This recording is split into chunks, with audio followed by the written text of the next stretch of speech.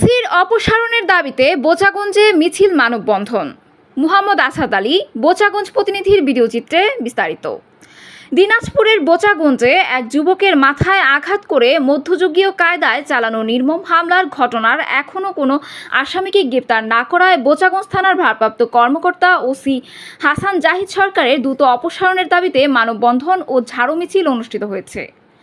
সোমবার 16 জুন বেলা 11টায় শেতাবগঞ্জ চৌরাস্তার ঘণ্টাব্যাপী এই মানববন্ধন কর্মসূচি শেষে একটি ঝাড়ু মিছিল থানার গেট পর্যন্ত গিয়ে আবার চৌরাস্তায় এসে শেষ হয়।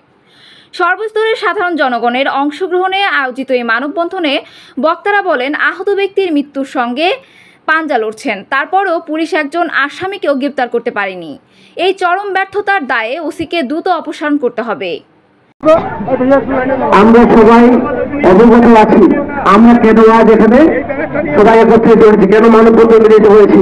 এমনই একটি মানববন্ধন ডিসেম্বর মাসের 4 তারিখে হয়েছিল। সেই সময় যদি এর সমাধান হতো তাহলে কিন্তু আমরা আজকের এই মানববন্ধনে আমাদের আসতে হতো না। অতীব দুঃখের বিষয়, বোচাগঞ্জ ছোট্ট একটি থানা, 6টি ইউনিয়ন এবং পৌরসভা থানা। এই থানায় যদি একজন ওসি বা থানা প্রশাসন যদি প্রশাসন চালাতে ব্যর্থ হয়, সন্ত্রাস দমনে ব্যর্থ হয়, তাহলে কিন্তু এর একটা দুঃখের কিছু নেই। এজন্য বক্তারা আরও বলেন, 24 ঘন্টার মধ্যে আসামিদের গ্রেপ্তার করা না হলে হরতাল ও থানাও ঘেরাও কর্মসূচি পালন করা হবে।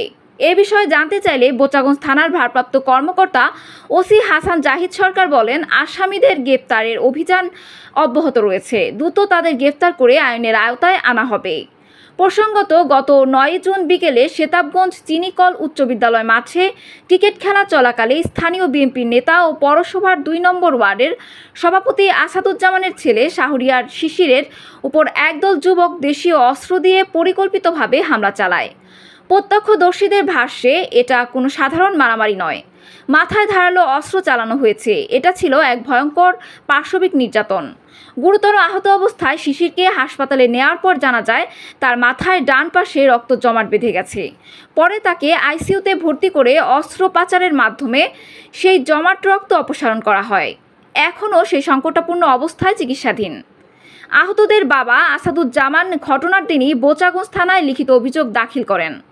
মামলার রেল কলোনি পাড়ার 8 জনকে আসামি করা হয়। AB news desk report.